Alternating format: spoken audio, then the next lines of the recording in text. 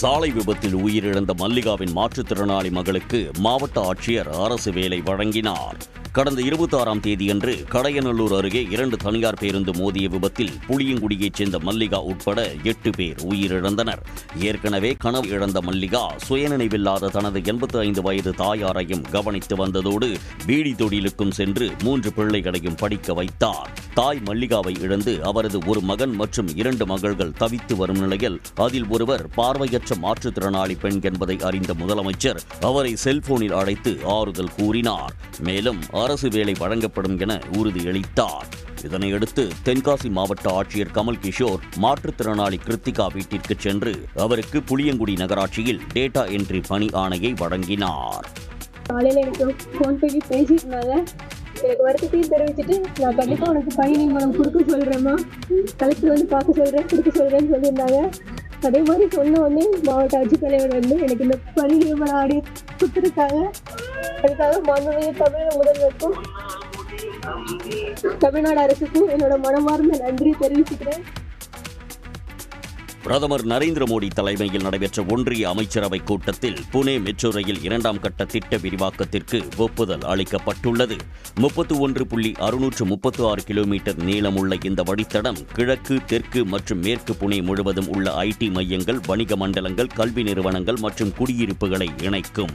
28 உயர்த்தப்பட்ட நிலையங்களுடன் அமைய உள்ள இந்த திட்டம் 9858 கோடி மதிப்பீட்டில் 5 ஆண்டுகளில் முடிக்கப்பட உள்ளது.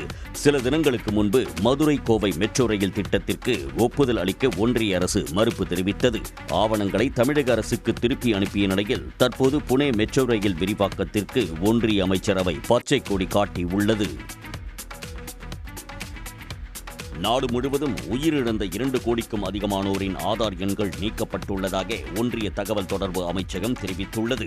உயிரிழந்தவர்களின் ஆதார் எண்களை பயன்படுத்தி நடைபெறும் மோசடிகளை தடுப்பதற்காக இந்த நடவடிக்கை மேற்கொள்ளப்பட்டுள்ளதாக அதிகாரிகள் தெரிவித்துள்ளனர். ஒன்றிய மற்றும் மாநில அரசுகளின் பதிவுத்துறைகளில் இருந்து பெறப்பட்ட தகவல்களின் அடிப்படையில் உயிரிழந்தோரின் ஆதார் எண்களை நீக்கும் பணிகள் மேற்கொள்ளப்படுவதாக தெரிவிக்கப்பட்டுள்ளது. வங்கிகளிடம் இருந்து உயிரிழந்தோரின் விவரங்களை பெறுவதற்கான முயற்சிகளும் எடுக்கப்பட்டு வருகின்றன. மேலும் ஆதார் இணையதளத்தில் உயிரிழந்தோர் குறித்த விவரங்களை குடும்ப உறுப்பினர்களை பதிவு செய்வதற்கான வசதி ஏற்படுத்தப்பட்டுள்ளதாகவும் இந்திய தனித்துவ அடையாள ஆணையம் தெரிவித்துள்ளது. தூய்மை பணிகளை தனியாருக்கு வழங்குவதை எதிர்த்து காலவரையற்ற உண்ணாவிரத போராட்டத்தில் ஈடுபட்டு வரும் 4 தூய்மை பணியாளர்களின் உடல்நிலை குறித்து தினமும் காவல் நிலையத்திற்கு அறிக்கை அளிக்க உயர்நீதிமன்றம் உத்தரவிட்டுள்ளது. அம்பத்தூரில் உள்ள உழைப்போர் உரிமை இயக்க அலுவலகத்தில் தூய்மை பணியாளர்கள் பாரதி, கீதா, ஜெனோவா மற்றும் வசந்தி ஆகிய 4 பேர் உண்ணாவிரத போராட்டத்தில் ஈடுபட்டு வருகின்றனர். இது தொடர்பான வழக்கை ஏற்கனவே விசாரித்த நீதிபதி ஜெகதீஷ் சந்திரா தனியார் மருத்துவமனை மருத்துவர் மூலம் 4 பேரின் உடல்நிலையை ஆய்வு செய்து அறிக்கை அளிக்க உழைப்போர் உரிமை இயக்கத்திற்கு உத்தரவிட்டிருந்தார். அதன்படி உழைப்போர் உரிமை இயக்கம் தரப்பில் தாக்கல் செய்யப்பட்ட தனியார் மருத்துவரின் அறிக்கையில் 4 பேரும் நல்ல உடல்நிலையில் இருப்பதாக தெரிவிக்கப்பட்டிருந்தது. 4 பேரின் உடல்நிலை குறித்து தினமும் மாலை 7 மணிக்கு அம்பத்தூர் போலீசாருக்கு அறிக்கை அளிக்கும்படி உழைப்போர் உரிமை இயக்கத்துக்கு நீதிபதி உத்தரவிட்டார். குலசேகரன்பட்டினத்தில் கடல் அரிப்பால் 10 பனைமரங்கள் அடியோடு தண்ணீரில் சாய்ந்ததால் பனை விவசாயிகள் அதிர்ச்சி அடைந்துள்ளனர். கடற்கரையை ஒட்டி ஏராளமான பனைமரங்கள் உள்ளன. ஆனால் கடல் அரிப்பால் அவை பாதிக்கப்படுவது தொடர்கதையாகி வருகிறது. எனவே பனைமரங்களை பாதுகாக்க தடுப்புச் சுவர் அமைக்க வேண்டும் என்று கோரிக்கை எழுந்துள்ளது. நிறைய பனைமரங்கள் கீழே விழுந்து கிடக்கின்றன. இன்னும் உடம்புவாறு தெரிகிறது. எனவே வேரோடு சாய்ந்து கீழே சாய்ந்து கிடக்கிறது. எனவே அதிகாரிகள் வந்து பார்வையிட்டு இந்த குலசேகரப்பட்டினத்திற்கு நன்மை செய்யுமாறு உங்களை அன்புடன் கேட்டுக்கொள்கிறேன். ஓராண்டுக்கு முன்பு இதே கடற்கரை பகுதியில் சூரசம்ஹாரம் நடைபெறும் இடம் அருகே கடல் அரிப்பு காரணமாக 50க்கும் மேற்பட்ட பனை மரங்கள் சாய்ந்து கடல் நீரில் அடித்துச் செல்லப்பட்டன. புதுச்சேரியில் பிரபல மருந்து நிறுவனமான சன் பார்மசி பெயரில் போலி மருந்துகள் தயாரிக்கப்பட்டது கண்டுபிடிக்கப்பட்டுள்ளது. புதுச்சேரி மேட்டுப்பாளையம் தொழிற்பேட்டையில் கடந்த மாதம் நடைபெற்ற சோதனையில் உரிமமின்றி 99,47,000 ரூபாய் மதிப்பிலான மாத்திரைகள் பதுக்கி வைக்கப்பட்டிருந்தது தெரியவந்தது. அப்போது பிரைமரி பேக்கிங் மாத்திரைகள், அலுமினிய பாயில்கள் மற்றும் அட்டை பெட்டிகளும் ஆவணங்களும் புதுச்சேரி நீதிமன்றத்தில் ஒப்படைக்கப்பட்டன. இந்த வழக்கை விசாரித்து வரும் சிபிசிஐடி போலீசார் மருந்துகள் கட்டுப்பாட்டுத்துறை ஆய்வாளர்களுடன் இணைந்து மேட்டுப்பாளையம் தொழிற்பேட்டையில் உள்ள கிடங்குகளில் அதிகாரிகள் சோதனை நடத்தினர். பின்னர் அங்குள்ள கதவுகளை உடைத்து சோதனை நடத்திய போது உரிமம் இல்லாமல் சன் பார்மசி பெயரில் இருந்த போலி மருந்துகளை பறிமுதல் செய்து அதனை மருத்துவ அதிகாரிகளிடம் ஒப்படைத்தனர். திருவள்ளூர் மாவட்டம் பொன்னேரி அருகே ஒன்றிய அரசின் தொழிலாளர் விரோத சட்டத் தொகுப்புக்கு எதிர்ப்பு தெரிவித்து அனைத்து தொழிற்சங்க கூட்டமைப்பு சார்பில் கண்டன ஆர்ப்பாட்டம் நடைபெற்றது. அப்போது ஒன்றிய அரசை கண்டித்தும் பிரதமர் மோடியை கண்டித்தும் தொழிற்சங்கத்தினர் முழக்கங்களை எழுப்பினர்.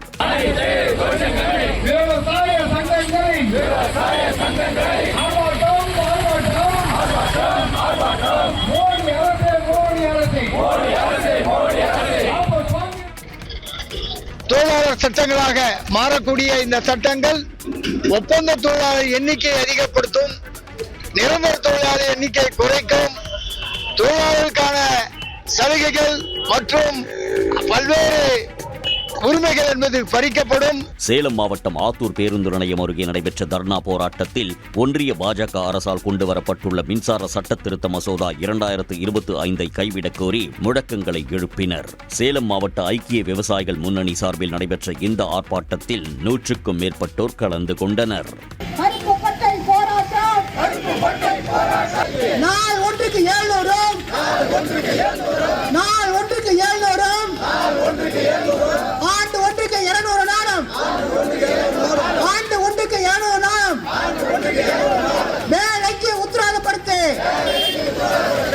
மயிலாடுதுறையில் விவசாயிகளின் கோரிக்கைகளை நிறைவேற்ற கோரி ஐக்கிய விவசாயிகள் முன்னணி மற்றும் தொழிற்சங்கங்கள் சார்பில் தர்ணா போராட்டம் நடைபெற்றது. டெல்லியில் போராட்டம் நடத்தி 5 ஆண்டுகளை கடந்த போதிலும் விவசாயிகளின் கோரிக்கைகளை நிறைவேற்றாத ஒன்றிய அரசை கண்டித்து கருப்பு சின்னம் அணிந்து முழக்கம் எழுப்பினர். தருமபுரி மாவட்டம் அரூர் அருகேயுள்ள வட்டாறு அணை முழு கொள்ளளவை எட்டியதால் விவசாயிகள் மகிழ்ச்சி அடைந்துள்ளனர். கிழக்கு தொடர்ச்சி மலையில் அமைந்துள்ள சித்தேரி மலைப்பகுதியில் கடந்த சில தினங்களாக கனமழை காரணமாக வரட்டாறு அணைக்கு நீர்வரத்து அதிகரித்தது. இதன் காரணமாக புதன்கிழமை காலை 11 மணி அளவில் 34 அடி என்ற முழு கொள்ளளவை எட்டியது. இதனால் அணைக்கு வரும் உபரி நீர் அப்படியே வெளியேறி வருகிறது.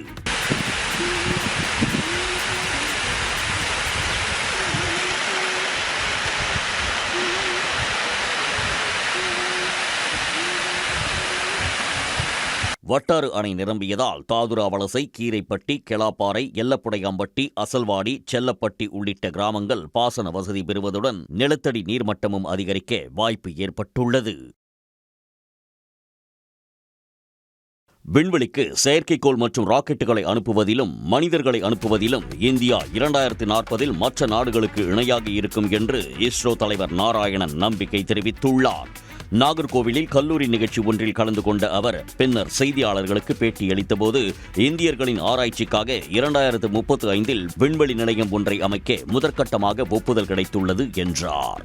2040 இந்தியா மற்ற நாடுகளுக்கு ஈக்குவலா ராக்கெட்னாலும் சரி, செயற்கைக்கோள்னாலும் சரி, அப்ளிகேஷன்னாலும் சரி, ஆட்கள் அனுப்பக்கூடிய திட்டம்னாலும் சரி, அவங்களுக்கு ஈக்குவலா நாங்க வரதுக்குள்ள ஒர்க் பண்ணிட்டு இருக்கோம். விண்வெளி துறையில் தனியார் நிறுவனங்களின் பங்களிப்பை அதிகரிப்பது சம்பந்தப்பட்ட துறையை பாதிக்காது என்ற நாராயணன் இது ஒரு நல்ல மற்றும் பயனளிக்கும் திட்டம் என்றும் கூறினார். ஆருத்ரா கோல்டு ட்ரேடிங் மோசடி தொடர்பாக 15 இடங்களில் அமலாக்கத்துறை அதிகாரிகள் சோதனை நடத்தினர். ஆருத்ரா கோல்டு ட்ரேடிங் நிறுவனம் அதிக வட்டி தருவதாக கூறி பொதுமக்கள் ஏராளமானோரிடம் 2400 கோடிக்கு மேல் மோசடி செய்ததாக வழக்கு நடைபெற்று வருகிறது. இதுவரை கைது செய்யப்பட்ட 35 பேரிடமிருந்து நகைகள் உள்ளிட்ட 130 கோடி ரூபாய் பறிமுதல் செய்யப்பட்டன. மேலும் மோசடி செய்யப்பட்ட பணம் வெளிநாடுகளில் முதலீடு செய்யப்பட்டிருப்பது விசாரணையில் உறுதியான நிலையில் சட்டவிரோத பணம் பரிமாற்றம் தொடர்பாக அமலாக்கத்துறையும் வழக்கு பதிந்து விசாரணை மேற்கொண்டது. அந்த வகையில் சென்னை, காஞ்சிபுரம் உள்ளிட்ட 15 இடங்களில் அமலாக்கத்துறை அதிகாரிகள் சோதனை மேற்கொண்டனர். இதில் பறிமுதல் செய்யப்படும் ஆவணங்களின் அடிப்படையில் அடுத்த கட்ட நடவடிக்கைகள் மேற்கொள்ளப்படும் என கூறப்படுகிறது. செங்கல்பட்டு மாவட்டம் மறைமலை நகர், திருத்தணி, மதுரை, திருமங்கலம், பொள்ளாச்சி ஆகிய நகராட்சிகளில் மாற்றுத்திறனாளி நியமன கவுன்சிலர்கள் பதவியேற்றனர். உள்ளாட்சி அமைப்புகளில் மாற்றுத்திறனாளிகளை நியமன அடிப்படையில் உறுப்பினர்களாக நியமிக்கும் மசோதா சட்டப்பேரவையில் நிறைவேற்றப்பட்டதை அடுத்து மாநிலம் முழுவதும் பல்வேறு நகராட்சி, பேரூராட்சி நியமன கவுன்சிலர்கள் பதவியேற்று வருகின்றனர். அந்த வகையில் செங்கல்பட்டு மாவட்டம் மறைமலை நகர் நகராட்சியில் மாற்றுத்திறனாளி நகர்மன்ற உறுப்பினராக தேவராஜ் பதவியேற்றார். திருத்தணி நகர்மன்றத்தில் மாற்றுத்திறனாளி நியமன உறுப்பினர் மேகநாதன் நியமிக்கப்பட்டார். திருக்கோவிலூர் நகராட்சியில் நியமன உறுப்பினராக மாற்றுத்திறனாளியான முருகன் என்பவர் தேர்வு செய்யப்பட்டார். திருக்கோவிலூர் நகராட்சியின் நியமன உறுப்பினராக தேர்ந்தெடுக்கப்பட்டுள்ள திரு வே முருகன் என்னும் நான்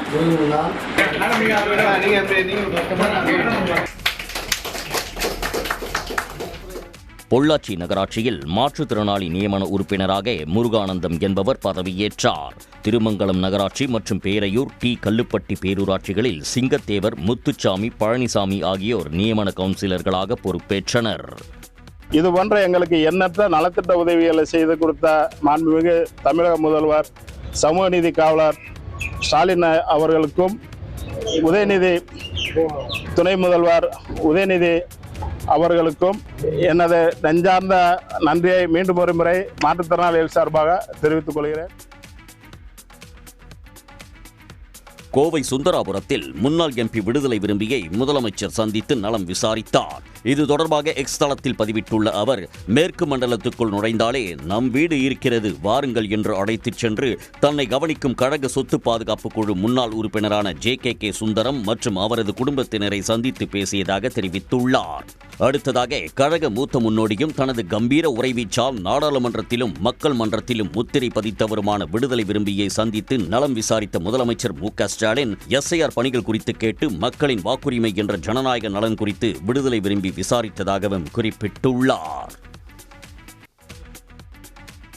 தமிழ்நாட்டில் வெண்மை புரட்சிக்கு வித்திட்ட பால்வள தந்தை SK பரமசிவனின் உருவச்சிலையை முதலமைச்சர் MK ஸ்டாலின் திறந்து வைத்தார். சித்தோட்டில் உள்ள ஆவின் நிறுவன வளாகத்தில் 50 லட்சம் ரூபாய் செலவில் சுதந்திர போராட்ட வீரரான SK பரமசிவன் உருவச்சிலை அமைக்கப்பட்டுள்ளது. இந்நிலையில் SK பரமசிவன் உருவச்சிலையை திறந்து வைத்த பின் அவரின் குடும்பத்தினரும், பால் உற்பத்தியாளர்கள் மற்றும் விவசாயிகளும் முதலமைச்சருக்கு நன்றி தெரிவித்தனர். எங்களது முன்னோடி தலைவர் SK பரமசிவன் அவர்களுக்கு இன்றைய தினம் சிலையை அரசு நிதியிலே இருந்து அமைத்து கொடுத்து இன்றைய தினம் அதற்கான இடத்தையும் ஒதுக்கி கொடுத்து திறந்து வைத்தமைக்கு தமிழ்நாடு பால் உற்பத்தியாளர் மட்டுமல்ல, ஈரோடு மாவட்டத்தில் உள்ள அத்துணை விவசாயிகளும் விவசாயத்தை சார்ந்துள்ள அத்துணை பேரும் நன்றி பாராட்ட கடமைப்பட்டிருக்கிறோம். முல்லைப் பெரியாறு அணை நீர்பிடிப்பு பகுதியில் பெய்த கனமழையால் நீர்மட்டம் 140 அடியை தாண்டியுள்ளது. இதையடுத்து கரையோர மக்களுக்கு வெள்ள அபாய எச்சரிக்கை விடுக்கப்பட்டுள்ளது. நீர்பிடிப்பு பகுதிகளான முல்லைப் பெரியாறு அணை, இடுக்கி, தேக்கடி ஆகிய பகுதிகளில் பலத்த மழை பெய்தது. இதனால் அணைக்கு நீர்வரத்து கிடுகிடுவென அதிகரித்து நீர்மட்டம் 140 அடியை எட்டியுள்ளது. இதனையடுத்து அணையிலிருந்து திறக்கப்படும் நீரின் அளவு 800 கன அடியிலிருந்து 1200 கன அடியாக அதிகரித்துள்ளது. இதனால் முல்லைப் பெரியாறு நீர்வழித்தடங்களில் வசிக்கும் மக்களுக்கு வெள்ள அபாய எச்சரிக்கை விடுக்கப்பட்டுள்ளது. மயிலாடுதுறை சித்தர்காடு பகுதியில் அமைந்துள்ள அரசு சேமிப்பு கிடங்கில் வைக்கப்பட்டுள்ள நெல் மூட்டைகள் மழையில் நனைந்து முளைக்கத் தொடங்கியுள்ளன. மயிலாடுதுறை மாவட்டத்தில் சுமார் 96,000 ஏக்கர் பரப்பளவில் குறுவை சாகுபடி செய்யப்பட்டு அறுவடை நடைபெற்றது. விவசாயிகளிடமிருந்து 1,23,000 மெட்ரிக் டன் நெல் கொள்முதல் செய்யப்பட்டன. இந்நிலையில் சித்தர்காடு பகுதியில் உள்ள அரசு சேமிப்பு கிடங்கின் வெளிப்பகுதியில் அடுக்கி வைக்கப்பட்டிருந்த சுமார் 2,000 டன் நெல் மூட்டைகள் தொடர் மழையில் நனைந்ததில் ஏராளமான நெல் மூட்டைகள் முளைக்கத் தொடங்கிவிட்டன.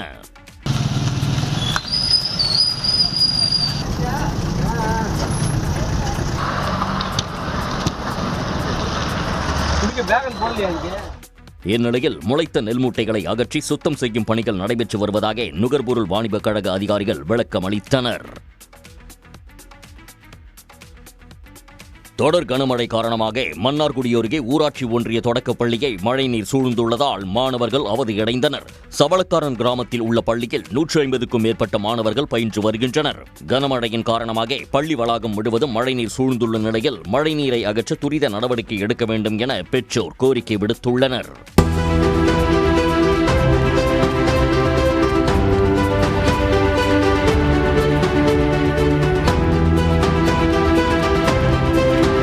மேலும் ஆங்காங்கே சேதமடைந்துள்ள வகுப்பறை கட்டிடத்தையும் புனரமைக்க வேண்டும் என வேண்டுகோள் விடுத்துள்ளனர். கொலை நீர் தேங்கி பள்ளி முழுவதுமாக ஈரங்காத்திருக்கு. அப்போ பள்ளிக்கு வரக்கூடிய குழந்தைகள் அங்கே உட்கார்ந்து படிப்பதற்கு அதிக சிரமமாக உள்ளது. மேலும் கொசு தொல்லை அதிகமாக இருக்குது. கொசு கடிக்கிறதுனால குழந்தைகளுக்கு ஜுரம், அதே போல் காய்ச்சல், அதே மாதிரி சளி, இது மாதிரி தொந்தரவுகளாக இருக்குது. அதனால் மாணவர்கள் பள்ளிக்கு வருவதற்கு அச்சப்படுகிறார்கள். மேலும் மாணவர்களை இப்போ பள்ளிக்கு அனுப்புறதுக்கு பெற்றோர் அச்சப்படுகிறார்கள். ஆத்தூர் அருகே பெண்ணுக்கு பாலியல் தொல்லை கொடுத்ததாக சேலம் கிழக்கு மாவட்ட ஜே பேரவையின் இணை செயலாளரை போலீசார் கைது செய்தனர். பிள்ளையார்பாளையம் பகுதியைச் சேர்ந்த 38 வயது பெண் ஆத்தூர் காமராஜ் நகர் சாலை வழியாக சென்று கொண்டிருந்த போது சேலம் கிழக்கு மாவட்ட ஜே பேரவை இணைச் செயலாளர் சங்கர் பாலியல் தொல்லை கொடுத்ததாக கூறப்படுகிறது. இது தொடர்பாக பாதிக்கப்பட்ட பெண் கொடுத்த புகாரில் சங்கர் மீது பெண்ணை வழிமறித்து பாலியல் தொந்தரவு செய்தல், பின்தொடர்ந்து செல்லுதல் ஆகிய பிரிவின் கீழ் வழக்கு பதிவு செய்து விசாரணை நடத்தினர். பின்னர் அவரை கைது செய்து ஆத்தூர் நீதிமன்றத்தில் ஆஜர்படுத்தி சேலம் மத்திய சிறையில் அடைத்தனர். அதிமுக நிர்வாகி சங்கர் மீது ஏற்கனவே கடந்த சில மாதங்களுக்கு முன்பு பெண் விவகாரத்தில் ஒருவரை தாக்கியதாக ஆத்தூர் காவல் நிலையத்தில் வழக்கு நிலுவையில் உள்ளது. கோவையில் பிடிபட்ட ரோலெக்ஸ் யானை பரம்பிக்குளம் அணை அருகே உயிரிழந்தது வன ஆர்வலர்களிடம் சோகத்தை ஏற்படுத்தியுள்ளது. கோவை வனச்சரகத்தில் மக்களை அச்சுறுத்தி வந்த ரோலெக்ஸ் என அடையாளம் காணப்பட்ட ஆண் காட்டு யானை கடந்த 12ஆம் தேதி சிறப்பு குழுவினரால் வெற்றிகரமாக பிடிக்கப்பட்டது. பின்னர் அதற்கு ரேடியோ காலர் பொருத்தப்பட்டு உணவும் தண்ணீரும் பரவலாக கிடைக்கும் பாதுகாப்பான சூழல் உள்ள ஆனைமலை புலிகள் காப்பகத்தில் மந்திரிமட்டம் மலைப்பகுதியில் விடுவிக்கப்பட்டது. அந்த பகுதியில் யானை இயல்பாக மேய்ச்சலிலும் நீர்நிலைகளில் தண்ணீர் குடித்தவாறும் இருந்த நிலையில் பரம்பிக்குளம் அணை பகுதியில் சிற்றோடை அருகே திடீரென விழுந்து இறந்து விட்டதாக வனத்துறையினர் தெரிவித்தனர். ரேடியோ காலர் தரவுகள், மருத்துவ அறிக்கை உள்ளிட்டவை பெற்ற பிறகே யானை இறப்புக்கு காரணம் தெரிய வரும் என்றும் வனத்துறையினர் குறிப்பிட்டனர். கார்த்திகை தீபத் திருவிழாவையொட்டி அண்ணாமலையார் கோயிலில் நடைபெற்ற 1008 சங்காபிஷேகத்தில் சிவாச்சாரியார்கள் வேத மந்திரங்கள் முழங்க வெகு விமர்சையாக நடந்தது. அண்ணாமலையார் கோவிலில் ஆண்டுதோறும் பல்வேறு விழாக்கள் நடைபெறுவது வழக்கம். அந்த வகையில் இந்த ஆண்டு கார்த்திகை தீபத் திருவிழாவையொட்டி நந்தி சிலை அருகே சிறப்பு மகா யாகம் நடைபெற்றது. பின்னர் உண்ணாமலை அம்மனுக்கு அபிஷேகம் செய்யப்பட்டு 1008 சங்காபிஷேகம் செய்யப்பட்டது.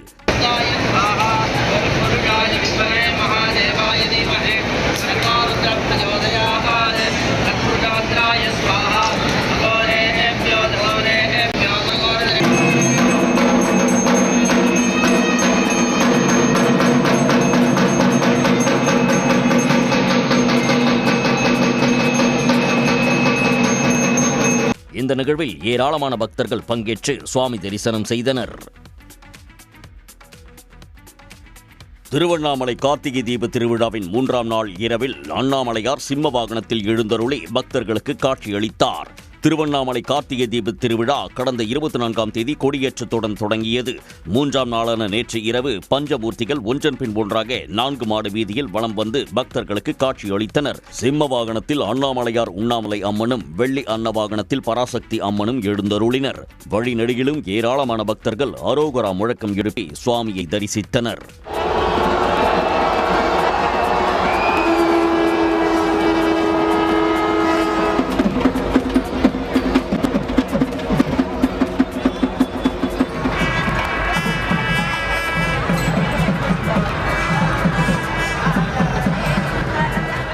முன்னதாக அண்ணாமலையார் உண்ணாமலை அம்மன் உள்ளிட்ட பஞ்சமூர்த்திகளுக்கு அண்ணாமலையார் கோவிலின் 3ஆம் பிரகாரத்தில் உள்ள திருக்கல்யாண மண்டபத்தில் சிறப்பு அபிஷேக ஆராதனைகள் நடைபெற்றன. உலகக்கோப்பை மகளிர் கபடியில் இந்தியா தங்கம் வென்றது மகிழ்ச்சி அளிப்பதாக அணியின் பயிற்சியாளர் கவிதா பெருமை தெரிவித்துள்ளார். டாக்காவில் நடைபெற்ற அத்தொடரின் இறுதிச் சுற்றில் சீன தைபே அணியை வீழ்த்தி இந்தியா முதலிடம் பிடித்தது. இந்நிலையில் டாக்காவில் இருந்து சென்னை திரும்பிய அணியின் பயிற்சியாளர் கவிதாவுக்கு விமான நிலையத்தில் கார்த்திகா உள்ளிட்டோர் சால்வை அணிவித்து வரவேற்றனர். 13 வருஷத்துக்கு அப்புறமா இந்த வேர்ல்டு கப் நடந்திருக்கு. அதில் தமிழ்நாட்டில இருந்து கோச்சா போய் ஒருத்தர் மெடல் வாங்குறதுன்றது பெரிய விஷயம். அது நம்மளுக்கு தமிழ்நாட்டுக்காக நான் கிரெடிட் பண்ற மாதிரி இருக்கு. ரொம்ப சந்தோஷமா இருக்கு. பயிற்சியாளர்களையும் தமிழ்நாடு அரசு கௌரவிக்க வேண்டும் என்று கவிதா கேட்டுக்கொண்டார். ரயில்களில் பதப்படுத்தப்பட்ட ஹலால் இறைச்சி மட்டும் வழங்கப்படுவது தொடர்பாக ரயில்வே துறைக்கு தேசிய மனித உரிமைகள் ஆணையம் நோட்டீஸ் அனுப்பியுள்ளது.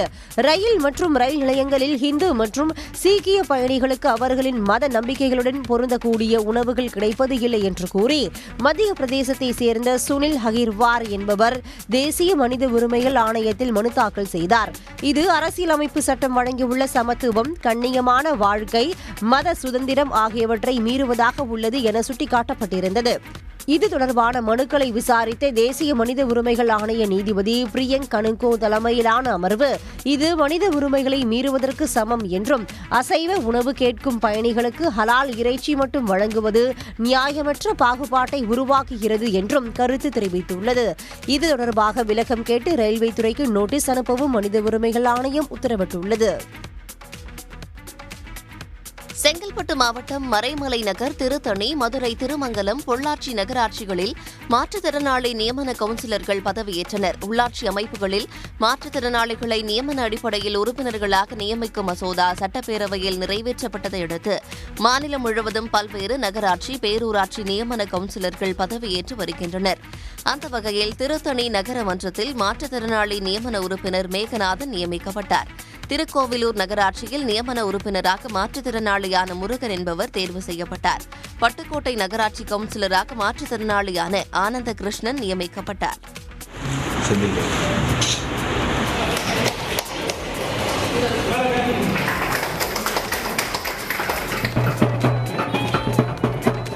சமத்துவத்தை மாண்புமிகு முதல்வர் எல்லோருக்கும் எல்லாம் என்றதை இன்று திராவிட மாடல் அரசு நிரூபித்துள்ளது. எங்களுடைய மாற்றுத்திறனாளி பல லட்சம் மாற்றுத்திறனாளிகளுடைய சார்பாக நெகிழ்ச்சியோடு நெஞ்சார்ந்த நன்றியை தெரிவித்துக் கொள்கிறோம். இது போன்ற எங்களுக்கு எண்ணற்ற நலத்திட்ட உதவிகளை செய்து கொடுத்த மாண்புமிகு தமிழக முதல்வர், சமூக நீதி காவலர் ஸ்டாலின் அவர்களுக்கும், உதயநிதி துணை முதல்வர் உதயநிதி அவர்களுக்கும் எனது நெஞ்சார்ந்த நன்றியை மீண்டும் ஒரு முறை மாற்றுத்திறனாளிகள் சார்பாக தெரிவித்துக் கொள்கிறேன். ஒன்றிய அரசு நிறைவேற்றியுள்ள தொழிலாளர் சட்டங்களை திரும்பப் பெற வலியுறுத்தி அனைத்து தொழிற்சங்கத்தினர் திருச்சியில் ஆர்ப்பாட்டத்தில் ஈடுபட்டனர். ஒன்றிய அரசு தொழிலாளர் சட்டங்களை ஒருங்கிணைத்து 4 சட்ட தொகுப்புகளாக அறிமுகப்படுத்தியுள்ளது.